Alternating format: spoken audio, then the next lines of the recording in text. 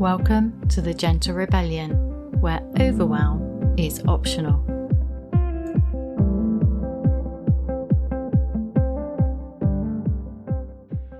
Hello. Welcome to this week's episode. Let's talk about space. Space for you. The kind of space where you just feel at ease. Your shoulders come away from your ears, your belly softens, your heart expands. Space, true space. And by that, I do not mean a gap in your schedule that you have wrestled for, that you have fought for, and that when you reach that blessed space in your schedule, everything seems to crowd into it. All the shoulds and the oughts and all of the things that you think you ought to be doing for yourself or other people just take over that much bargained for, especially with yourself, hey? Space in your schedule. And then it's just all about overwhelm, like all these thoughts bomb you when you take that space, and the feeling of guilt about all of the other things you ought to be doing. Do you ever get that? I don't mean that kind of space. I mean a feeling of space in your life for you. And before we get started with that, I'm just going to give you a quick update about what I'm up to, because I know that a lot of people don't just want to know about how to create space for themselves. They also want to know more about who it is who's saying, this is how I've discovered space for myself. And also, I know that people who've worked with me really appreciate a little catch up. So here goes. What's going on with me? Loads of things. I'm going through this really weird time in terms of space. No, not space. I didn't mean that kind of space. I meant the space-time continuum. Oh my goodness. Now I sound like I'm on Star Trek. Ignore all that. What I mean is, I don't feel I'm in December. I feel like I'm in a different December. So there's big shifts going on for me personally. Now, there'll be lots of reasons for that. I did think it was because I was away for nearly a month in America, and then I've come back and there's all the catch-up jobs. So I'm behind on things. I don't feel like it's yet December. But there's something else going on for me because I feel very different this year. And I know a lot of that will be because I'm ready, because I've gently rebelled against the nonsense that leads me to need a huge rest in the winter. So I'm looking after myself better. I'm living more as myself. So I'm gently rebelling, and that's giving me more energy. Also, I'm having coaching at the moment, and it's deeply transformational. So obviously that's going to create shifts, because that's the purpose of having coaching. So this is what it feels like. It's December. It is early December, but it's definitely December. But I feel like I don't want to take 2 weeks off at Christmas. So I booked myself my normal 2-week retreat, and then things kept encroaching into it, but not in the way I was talking about just now, where you create space and then stuff encroaches on it. No, the opposite way. So I found myself wanting to work in that time, really, really wanting to work. So I allowed myself to put in a workshop at the beginning of the year again for my community, the Gentle Rebel community, because we did it last year and it was so powerful for everyone. And I used the same technique. So me doing it again, holding space for others, that's nourishing for me. It's good for me. I love it. And to see the effect of it is just deeply satisfying. So I wanted to do that again. So I put a date in the community for that. And then I really felt drawn to the idea of doing another public workshop. And I've run them previously. They've had different names. One was a turn of the year pause. It was 3 workshops over the turn of the year. And then I also had in 2021, I had what was it called? Oh, so it would have been the end of 2020, obviously, because it was Live 2021 on Purpose. That was a 3-part workshop, a paid workshop, so a mini course. That had profound effects for the people attending. And I've regularly run workshops of some sort around the turn of the year. And then I stopped because I just wanted my life back at that time of year. I didn't want to be working at that time of year. And now here I am saying, actually, I really do. And that was interesting for me because I felt like I was breaking a rule, because obviously I've put in place all these boundaries around my time. And the belief that was there was, I need this time. I need a big winter reset. So taking 2 weeks for myself is very important. It's still important to me to have that winter time where I'm going within and really thinking and reflecting on my year. But what I'm finding this year is I don't need all of that time off to do it. I just don't.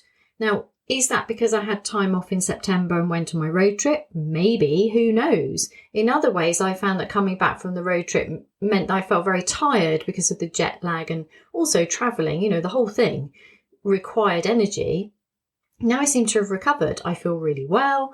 I'm so excited. I don't want all that time off. So I've just shrunk it to only a week off, or just over a week, and it feels really good, really good. And I think what's important about this is recognizing that the gentle rebellion isn't about one way of doing things. It's about that constant, and I mean one way of doing things individually. So obviously it's not about one way of doing things. It's never about, you need to do this, you need to do this, and this is the right way to start your day and end your day, and all these routines and rules and stuff. No, it's none of those things. It's always an invitation. But the heart of the gentle rebellion is the invitation to reject the external pressures and go within, reconnect to yourself and say yes to yourself. Find what works for you, because clearly if you're feeling really overwhelmed and pressured, something's off, something's not working. So it's just using that as an opportunity. It's useful information. How can I navigate better? How can I live more skillfully? How can I make more space for me? And then what happens is what you set up works for a while, and then it stops working, or it doesn't work as well. And by stops working, I don't mean all of the overwhelm and everything comes, you don't go backwards. It's just different. So look at what's happened to me this time. This time I suddenly am railing against deep rest, a long period of time off. I did not see that coming.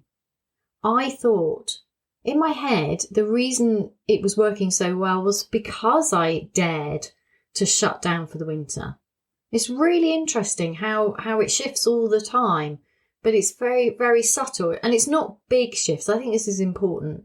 I know this is important because otherwise it's just too much disruption, right? I don't need to be reassessing all the time, doing deep work all the time. No, it's like coaching. I don't believe every coach needs a coach. I don't believe every leader needs a coach. I don't believe you need a coach. I believe that you get to choose to do deep transformational work, or whatever you're hiring a coach for, when you want to. It's not a need, although in many ways it's a need, because when it becomes a desire, it's just easier. Then it becomes a need, as in a need for support. Yeah, I want that. I'm having that. That makes sense to me. But not a need as in, you can't do this without a coach. That really annoys me when I hear it a lot. I mean, you probably don't. You're not, obviously not in, unless you're a coach. You're not in the coaching industry, the coaching world. But I hear that a lot. You ought to have a coach. And I know people who say they have coaches for every different aspect of their life. And I just think, why? Do you not trust yourself? Can you not at some point let go of the need for that? I don't know. And that sounds like a judgment. And I guess it is a judgment, but it's not meant as a judgment of that person. It's just a rebellion against that, a gentle but firm rebellion, where I believe deeply the answers are inside of us. And that when we create space for ourselves, that's what the space is for. It connects us back to ourselves. Now, I can't remember why I was talking about that now. So let's get back to updates. Another update is my Christmas plans are all over the place. I don't know what's going on. That's not normal. That's interesting. Watching my feelings about it, watching my boundaries, watching me identify what I need and desire. I'm curious about how the week's going to pan out. Lots of other people is involved, so it's the family chess game, or several family chess games of who, when, what. So that's interesting and unusual this year. My granddaughter has learned to walk, but isn't that bothered about it, which is really funny and very sweet. But she can do it, but she's kind of, I could just sit here instead and people will bring me stuff. Or I think she's actually a big imaginer. She's just all dreamy in her head. She's sweet. What else is going on? just every day the dogs bring me more joy than I can possibly ever explain. And no matter how difficult at times it feels to run a business, build a business, have the courage to spread a message that I've discovered that works for me and I know works for others. And sometimes that feels like, oh my goodness, is there not an easier way to find satisfying work, Heidi? But just if there's one thing that will keep me grounded, and to be fair, there's nothing that's going to stop me doing this work. It's just not going to happen. It's just me. But if there's one thing that always soothes me, it's getting to hang out with my dogs at home. It's just, man, it's joyful. And if you've ever had a Zoom cuppa with me, you'll know what I mean, because often little Ruby will come up and sit on my lap just to say hello, and she's super cute. If you haven't yet had a Zoom cuppa with me, please do book. It's interesting, isn't it? Because I don't usually offer a Zoom cuppa. I only usually put out a Calendly link for a curiosity call about working with me. But part of that is just sitting down. A big part of that is sitting down and having a cup of tea. So you could book in for a cup of tea. Maybe I should just create a cup of tea link. Would you like that? I don't know. I love sitting down and talking to people who are interested in this gentle rebellion. I love sitting down and listening to people's struggles with overwhelm and the desire for more space for themselves. So just use the curiosity call link. It's in the show notes, and it's also on my website. And do come and say hello. It would be lovely. Or come and join me. Oh, this is what I've got for you. So one of the big things I'm up to at the moment is creating this New Year's workshop. It's going to be so good. I can't wait. I can't wait to meet you. Please, please, please come live. I mean, yeah, I'm going to put it on YouTube in some form afterwards, but it won't be the same. So I'm having it on the 5th of January at 4 p.m. GMT, because I worked out, I put all these times into Time Zone Wizard. It's fun doing that, just to get a sense of the globe and time zones, because they always do my head in. And then I worked out that if I did it at 4 p.m. UK time, then obviously everybody in Europe is okay. And then even people on the east and west coast of America, so my friends and cousins and everybody in America can make it. And I discovered that actually even early birds on the other side of the world could come before going to work the next day if they were so inclined. So actually, and I know there'll still be somebody in the middle of the night, and I'm not expecting you to get up in the middle of the night to do a workshop with me, because sleep's important. But anyway, I'm so excited that I found a time that feels good for me, because I'm only going to do it at a time. I've been invited to do live shows at midnight. I'm like, no. And people have been really surprised when I've turned them down. But why would I do something when I'm not going to be at my best, when I'm not going to be able to make sense and have the right energy and attention? That makes no sense to me. So no, I don't do stuff at midnight. But 4 p.m. on a Sunday in the winter, to hold space for you while you connect to yourself and use a review of this year to make next year your Gently Rebellious 2025. I'm really looking forward to it. I shall pop a sign up link in the show notes, and I will also sprinkle easy sign up links all over the place so that you can definitely find them if you forget to look in the show notes. So social media. Oh, where else could I put them? Obviously, if you're signed up to my email list and you receive the Gently Rebellious read every Sunday morning, you'll definitely get an invitation in there. I'm very, very excited about this. I truly hope you can make it. Please, please, please do sign up. And if you know anybody who would like the gift of this workshop, which has been a paid workshop before, then that'd be a really cool Christmas gift to give to somebody. So I was thinking of you, and I thought you might appreciate this. It's going to be high quality. So anyway, really looking forward to meeting you. Hope you can make it. I think we better stop talking about my updates at the moment. Oh, the other thing. Oh no, I will just mention this because it's kind of an update, but it's also you need to know this. So on top of the workshop that I'm creating, the other thing that I'm really excited about creating is the Gently Rebellious journal planner. I haven't worked out the difference between those. I cannot work out the difference between a journal and a journal and a planner. So when you look on Amazon, there's both. I don't get it.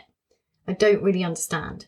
So what this will be, and I'm trying, you can see how much thought I've put into this because I'm working with these dilemmas. I don't want it to be too big because it's too clunky and you can't carry it around.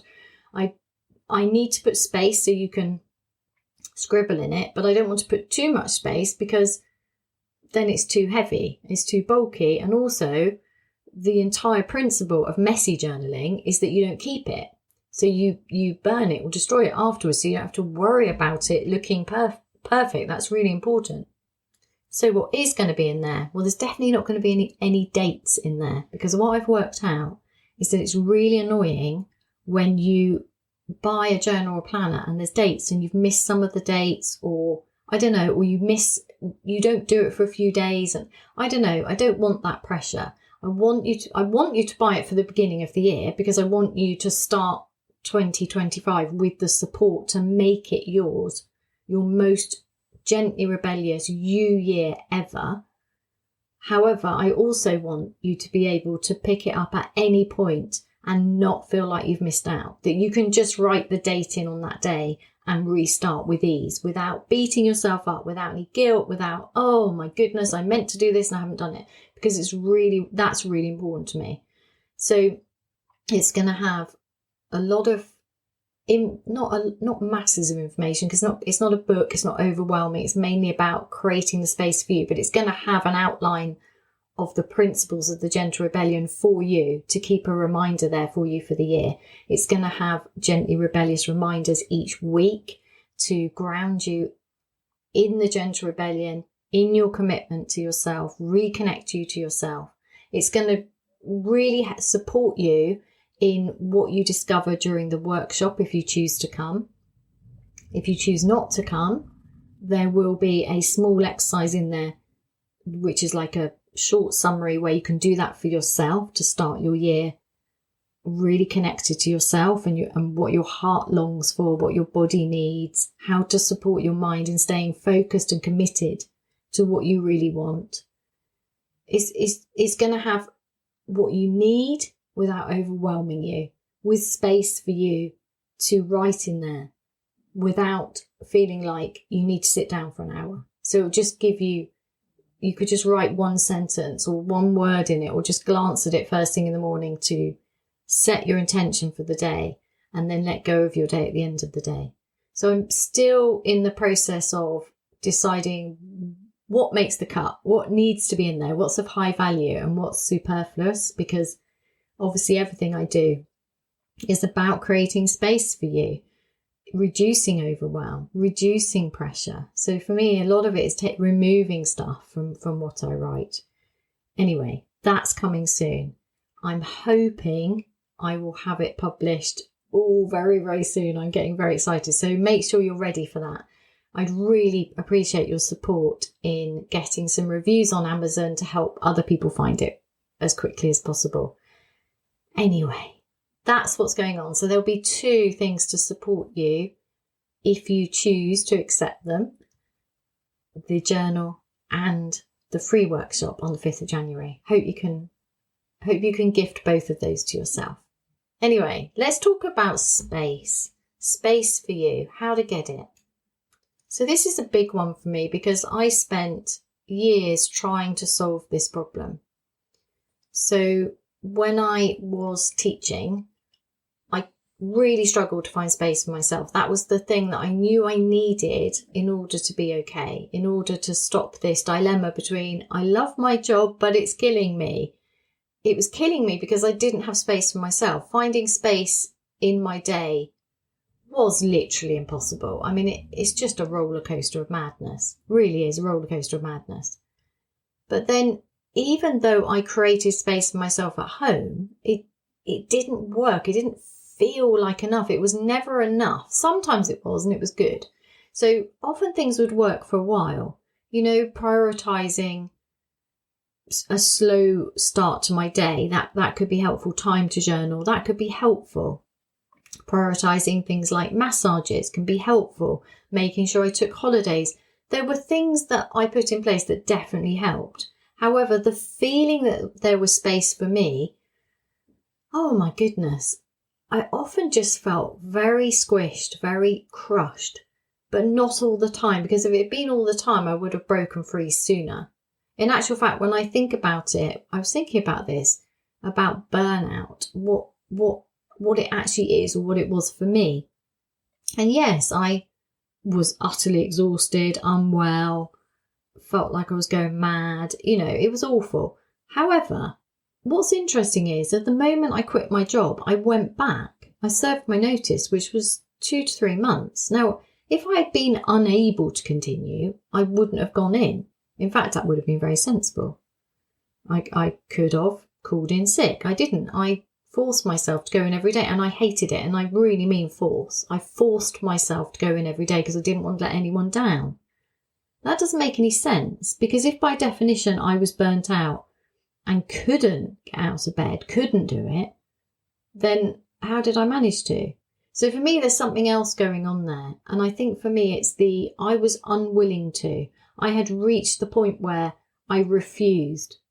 I'd hit this wall of, I'm no longer willing to trade my very beingness in order to do this job that no longer brings me satisfaction, because I've lost connection to it. It doesn't work for me anymore. So there's an unwillingness. And that to me comes from not feeling like there's space for me in my life. This is very deep, this space for ourselves. Very deep. And you might be thinking, well, Heidi, this is not the time of year to be trying to create more space for myself. This is a particularly overwhelming time of year. Yes, it is. And that's why it's a really good time to talk about space for you. Because when things are going okay, it's not urgent enough to do anything about it, is it? It's a wishful thing. It's like, well, that would be nice. It would be really, really nice if I felt like I had more space for myself. It's only actually when there isn't any space for you that it becomes urgent enough to demand some attention. So in actual fact, it could be argued, and I'm going to argue for this case, for you, that this is the perfect time of year to think about creating more space for you, because there isn't any space. And look what it's doing to you. Look what it's doing to you. Look at the cost. What does it feel like? How does it change how you behave towards yourself and others? So thinking about the clients I've worked with over the past few weeks and their experience of this, one of the things that came up was an inability to prioritise. Everything becomes urgent. Everything floods in. There isn't any space to just pause and think, what was I doing? What am I up to? Why am I trying to do? Why is all this suddenly? Everything becomes urgent. Everything feels chaotic, out of control. There is no space to pause. There's no overview. There's no control. You're just swept along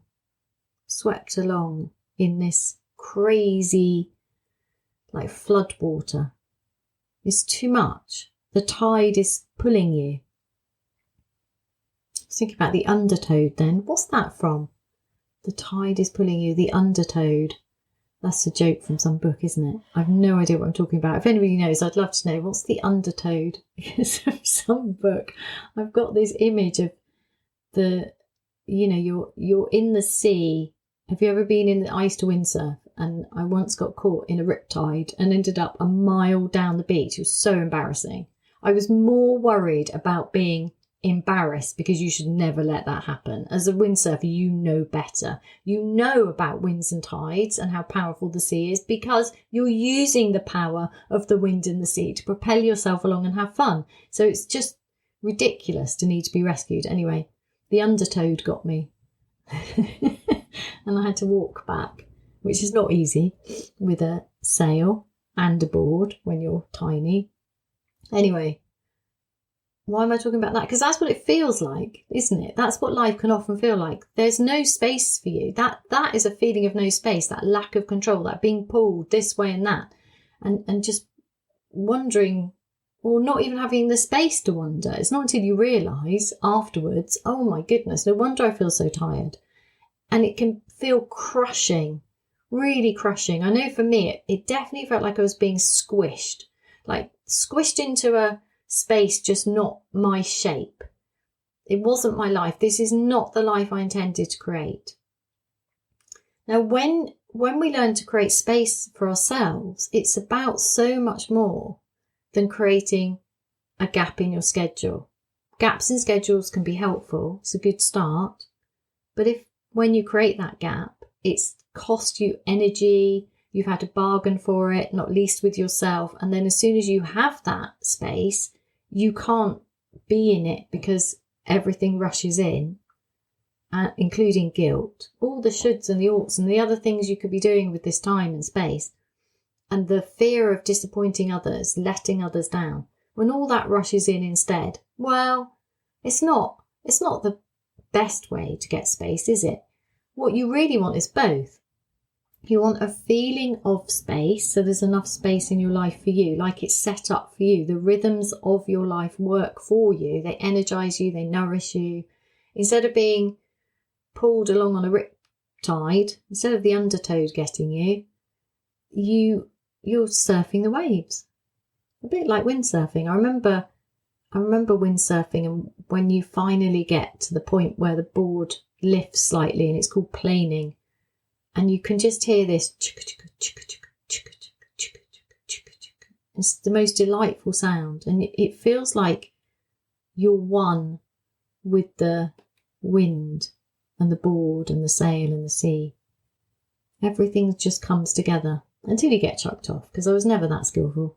But anyway, that's to me what space feels like. It's like, oh, it just works for me.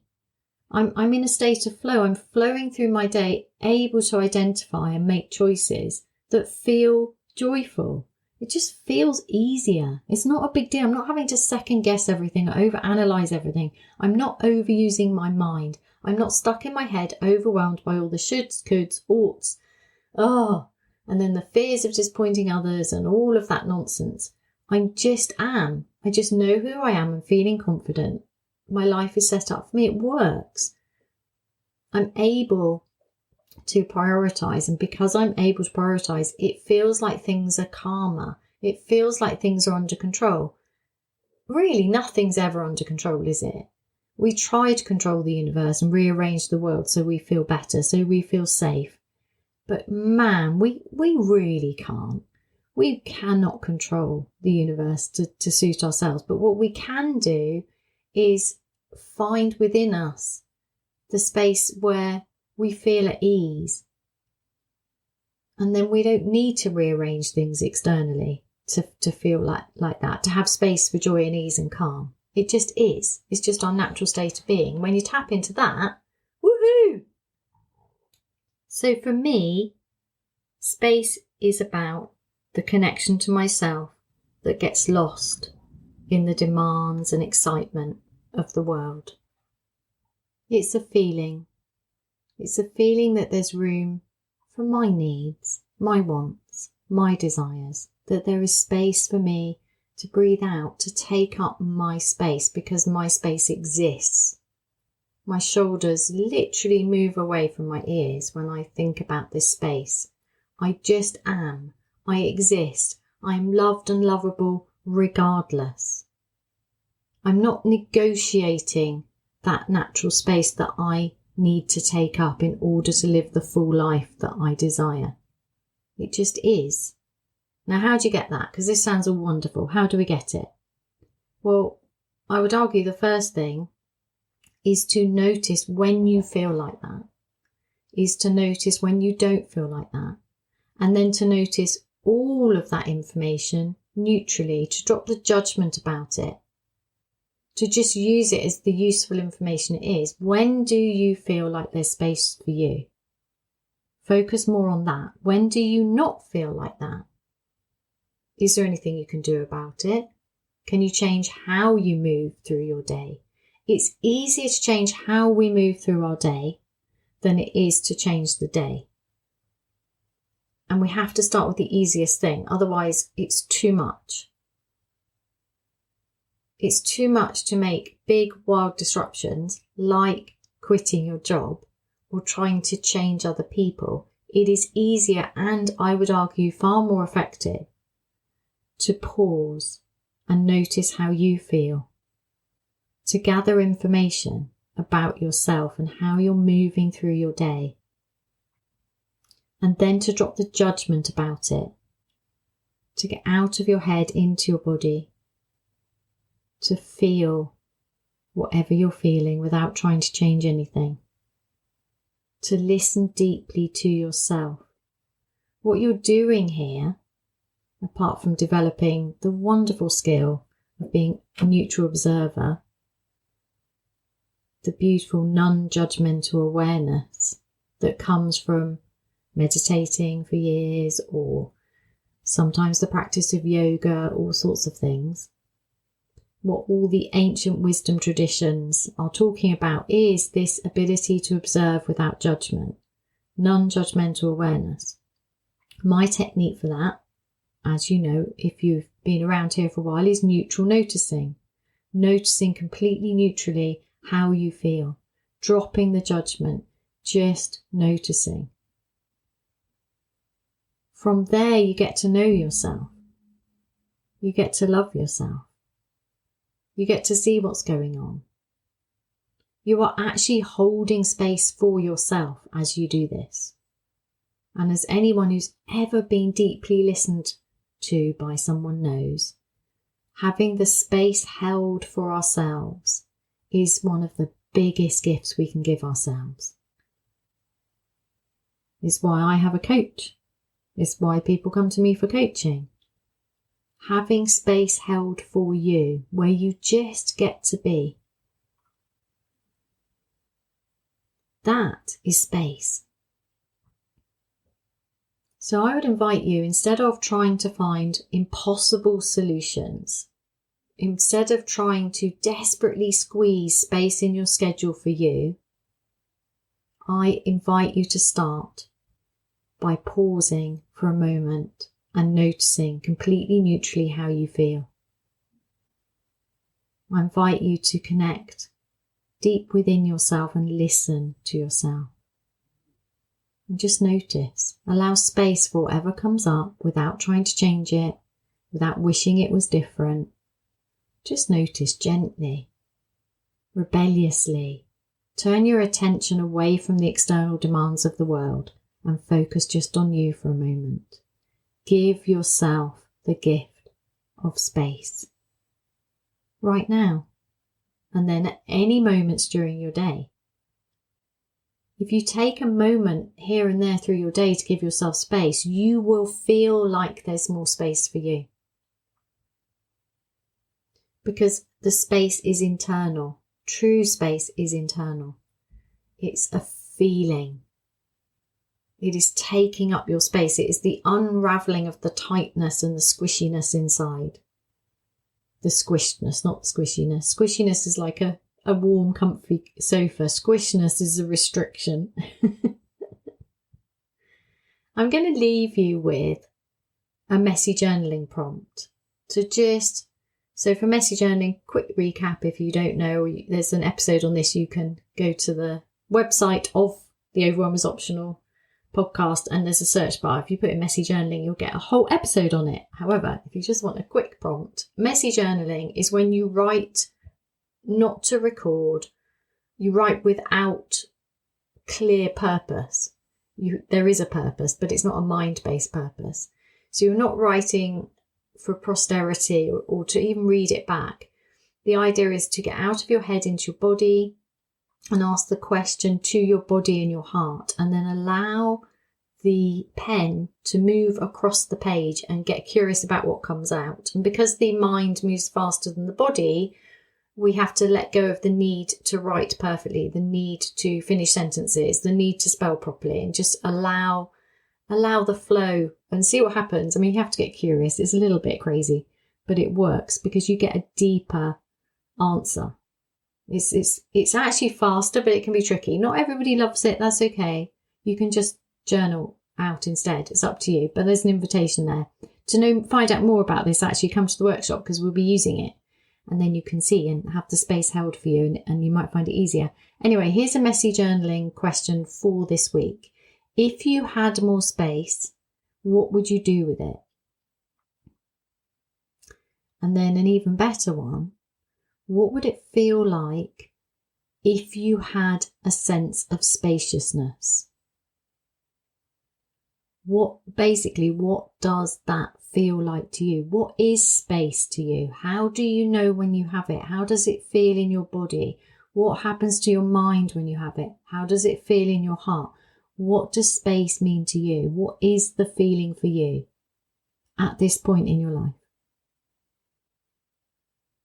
I'm wishing you a week full of spaciousness. Thank you for being here. Please do share this podcast. Leave a review. I very much appreciate it.